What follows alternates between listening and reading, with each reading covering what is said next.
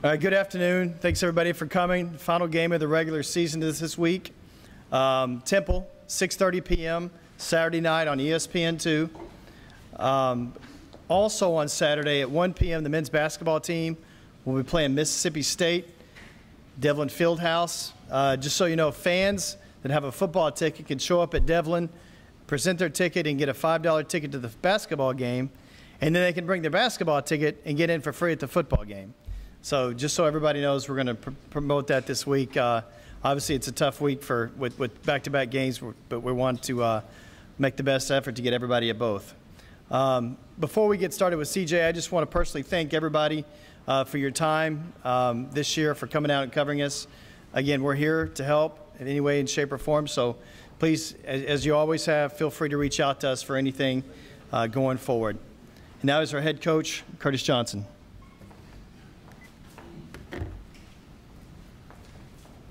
You know, guys, I really want to thank you guys for this year, coming out, supporting us. You know, you guys got tough on me sometime, but it was good. It was good for me. It made me stronger. My wife, she sees everything through the glass, not half full, always full.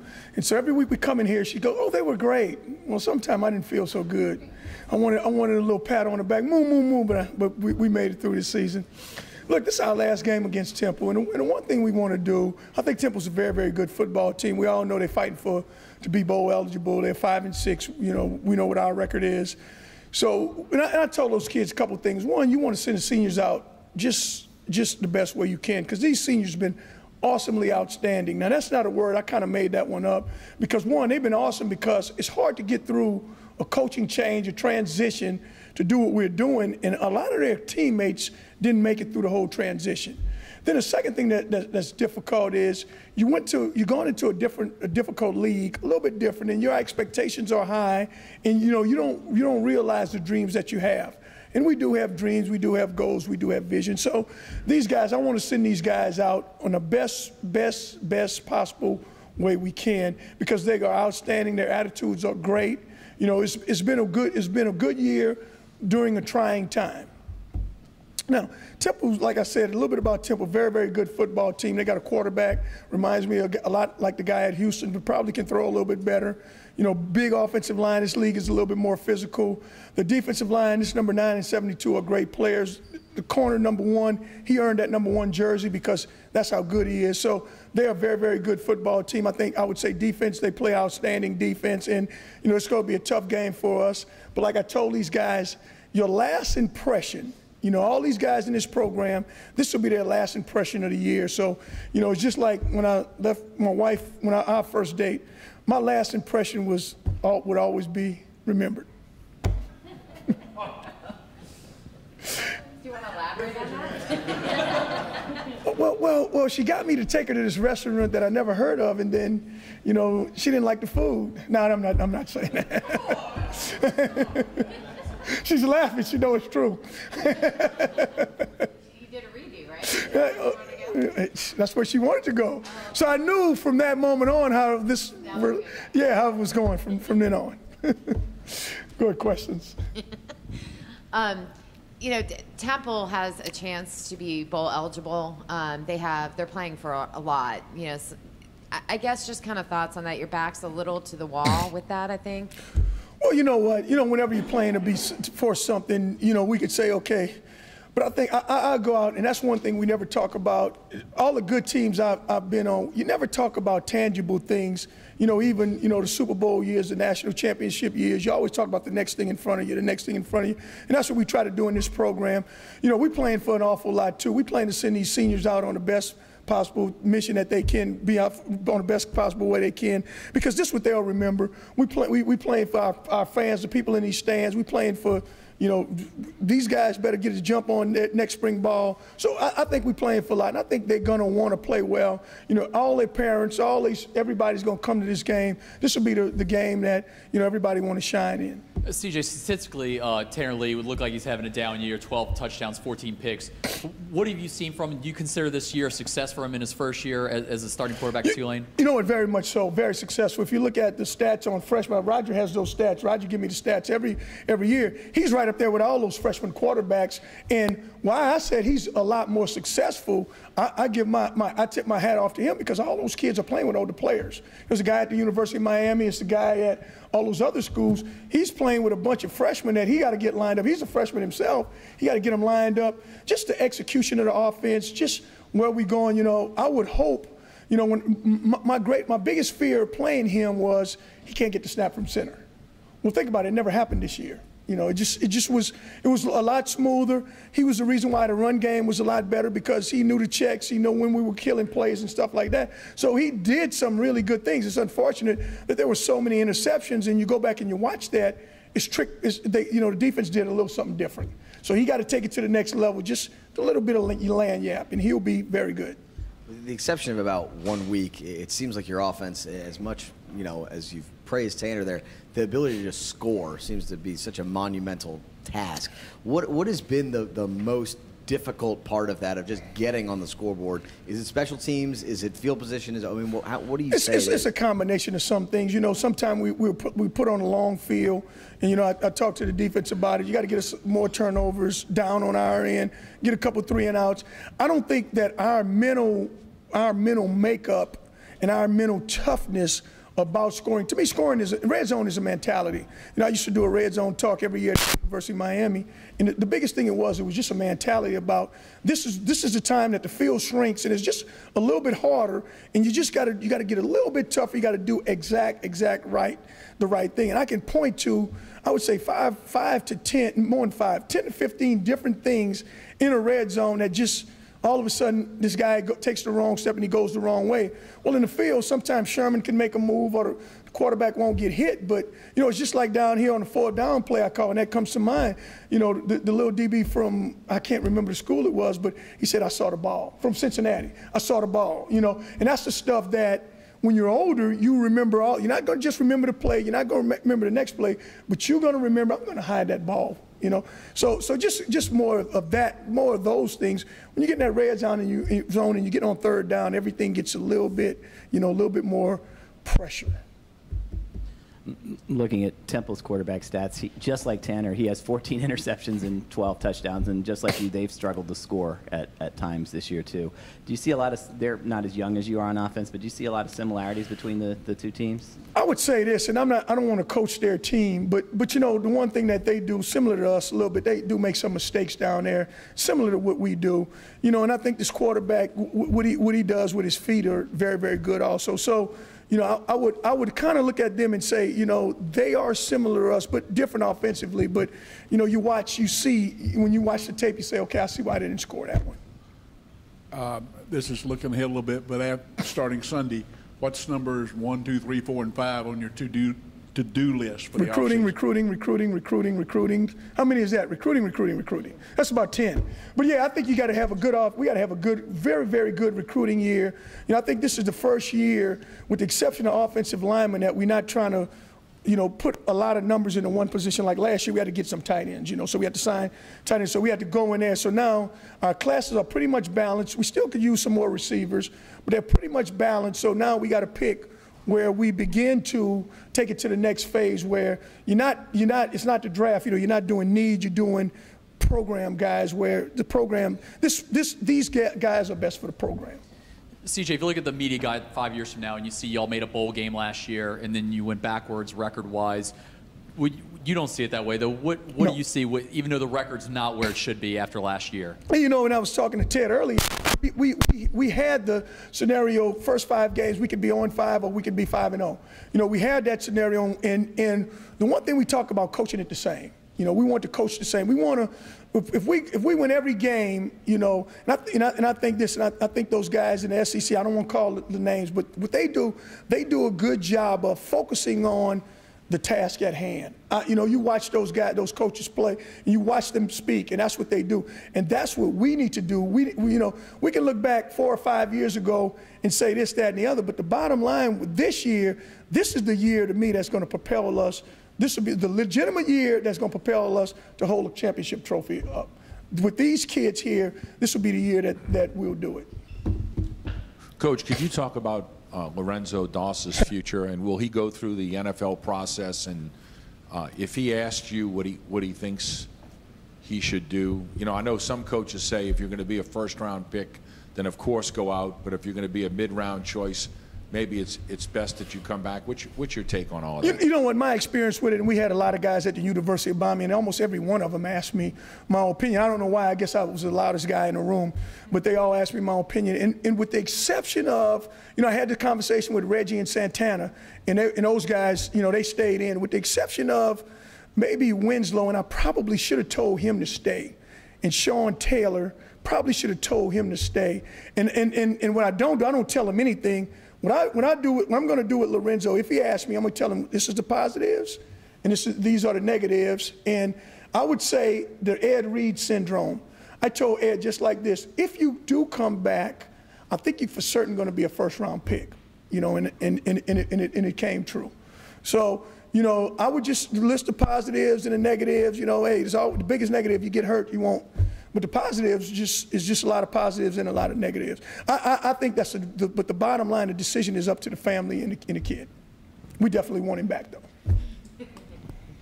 Kenny Welcome's going to sing the national anthem. I know this has been like a storyline. I heard he had to definitely go in and impress the head of marketing to win the job. Look, he can sing. Look, Kenny Welcome, you know, it's funny. Kenny Welcome can definitely, you hear him, you know, and I listen to Luther Vandross a lot. I try to serenade my wife. It only works about half the time. But I listen to him, and golly, he sounds like Luther. You know, he can really, really sing. I'm impressed. So it is hard to impress me.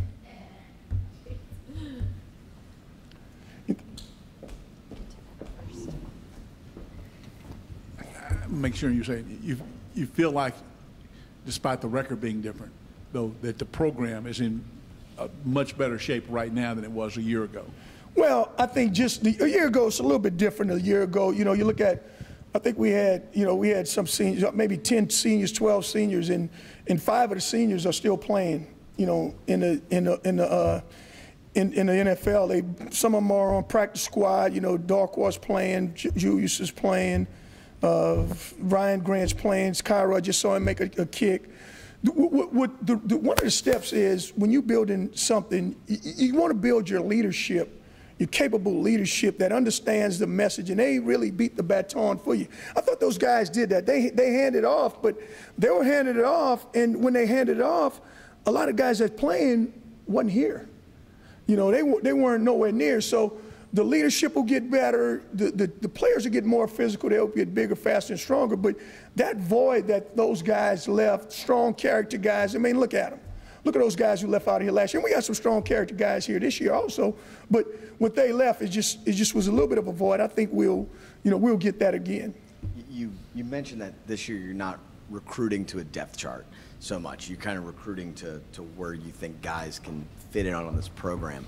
Does that mean that you know, barring injury, you obviously never know, but is this kind of the end of where you look at a roster and you're not saying we're young, that you can actually kind of move past that and now it's a completely results-oriented? I would say this. It's result-oriented anyway. You know, I don't want to use the excuse we're young, but the problem is we are young.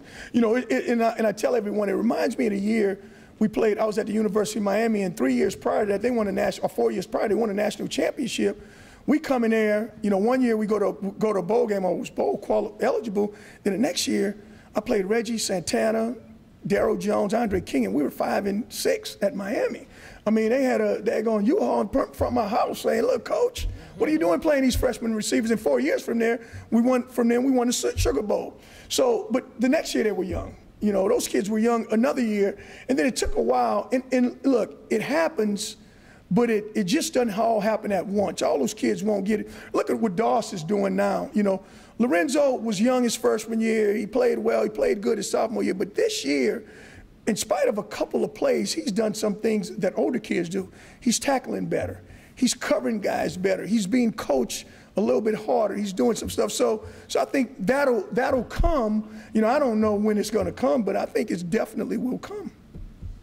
I see Mark Edwards and Nate Skold, I think two guys who would have a year of eligibility left if they wanted to come back, are listed as seniors. Are they choosing to? Are they? Yeah, they're going to walk as seniors. Yeah. I think what they're going to do is they're going to walk as seniors. In you know, these guys here. The one thing I would tell you, man, these guys get these jobs now. My starting safety, he's in New York or Houston somewhere, interviewing for a job, or they doing something else. So you know, Schofield, he's out today. That's where he was today. But you know, these guys, incredible education, incredible, you know, way to end your career. They'll have opportunities. They graduating, they moving on, and they'll do something special. But I mean, sometimes that's the best thing. Looking back on this season, what has been the toughest point, gut check moment? You know, what's been the toughest to get through this season? You know, just the disappointment of just losing. You know, sometimes I gotta remind myself who I'm playing with. You know, okay, so who I'm playing with receivers. I look out there and I see all freshmen. You know, they didn't have, most of those kids didn't have a spring ball. You know, Ville had a little bit of one, but we all know what happened. But you know, it's just the biggest disappointment is going out there and not seeing the proper execution that you want to see, that you know that they have in them. And it's not so much the results, it's just guys, please execute. I mean, I've done everything. We've done so much. Now, I think what's going to happen is, this always worked. Once you take them off the field, let them get their breath, put the cut-ups on, and let them see themselves. I think that makes all the bit of difference in the world. But I think that's the biggest disappointment, just not seeing the execution go the way it was. And again, this league is a lot tougher. Two questions. You talked about the recruiting. You've done well recruiting locally. Last year was a humongous year for local talent.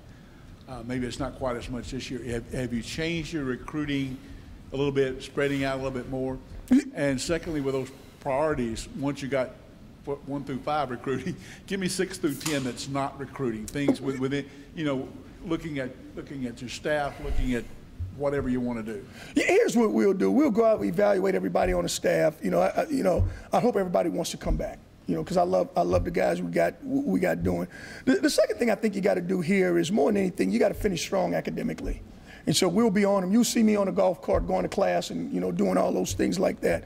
That's number 2. Then after the next phase, give them a little time off. Then you got to get in the weight room. The one thing I know about this league is our offensive and defensive line better get stronger, and they better do it quick, because these guys are strong. They're explosive. These teams can play. Then, you know, from then on, then you begin to plan your spring ball and how you're going to do it. You know, what's best for these young kids to take them to the next level. You know, you think about it, they never even had spring ball, you know, the majority of these kids. So, you know, those are the things. And then, you know, also you want to get healthy. You know, see where you guys are and see who's healthy and who's not. Coach, your thoughts on the reports that your former conference mate UAB is shutting down their football program, and while you typically haven't gone the JUCO route, could there be perhaps an opportunity to look at that roster to fill some spots where you might need an influx of older guys as opposed to freshmen? We're already on top of it. You're absolutely right. We'd love to do it. Here's the thing, though. You got to just make sure we can get guys in school. You know, here's the one thing that you know, I don't think everyone knows, and I don't think it's a bad thing. The only math we got here on campus is calculus. That's where it starts. So in order for them to transfer credits off, you just got to be able to transfer into here with the proper amount of credits. That's why it's so hard to get JUCOs and stuff like that here. And it's a good thing, because I think we're getting the right kids. I think we could get kids in, but it's just tough. It's a tough school to get in. And that's just one example. What are the chances of Edward Williams playing Saturday? I'll find out probably tomorrow morning. You're killing me. I didn't say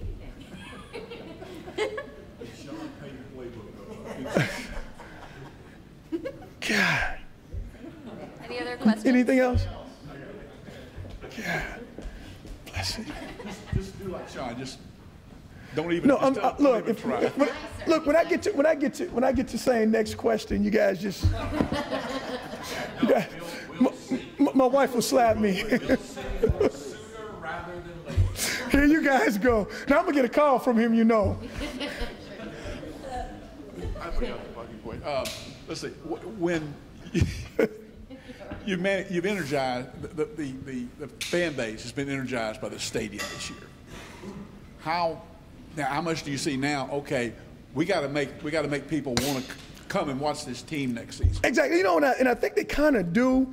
I think early on in the season they kind of looked at us but they're beginning to get the educated fans who, I see the local guys and they saying, "God, you guys are young." I had a guy over here, Kerry Joseph he's played in the Canadian League for a while. He came to practice the other day or today, and he was like, "Man, I couldn't believe how young you are." So I go places, everybody's saying, "You guys are young, you guys are going to be good." It's encouraging to know when they look at us and they starting to dig into what we're doing. And so the most of the reports are getting to be a lot better. I think next year, this is what we got to do. We got to come out, we got to put a good product on the field, much better than we did this year. And we got to play, and these young kids got to play and perform for us. And if they do that, I don't know how many games we're going to win. I wish we can win about 14 next year. But if not, then we'll win more games. Look, see that? I mean, guys got on me for Georgia Tech. I mean, they were yelling at me at Georgia Tech's not very good. Well, okay, now if they beat Florida State this week, I want you guys to take that back. CJ, I know I asked you this on the field, but how far in advance is your schedule put together? And will you try to have more games and less time off as far as – I know you utilized the bye weeks very well this year. They learned and they won some games after, but will you try to – have less bye weeks coming in next season? We will. We'll only have one bye week next year. Yes, we'll have one. And my schedule, you talking about my schedule, it's always a year in advance. So we got everything all the way up until the actual games. We know the non-conference and we know those schedules, but everything's already made up. It's another Sean Payton. How much input do you have on the schedule? Not this one this year, but the following years we have some. No, because this was already more or less set. But after that, we got a lot. Thank you, guys.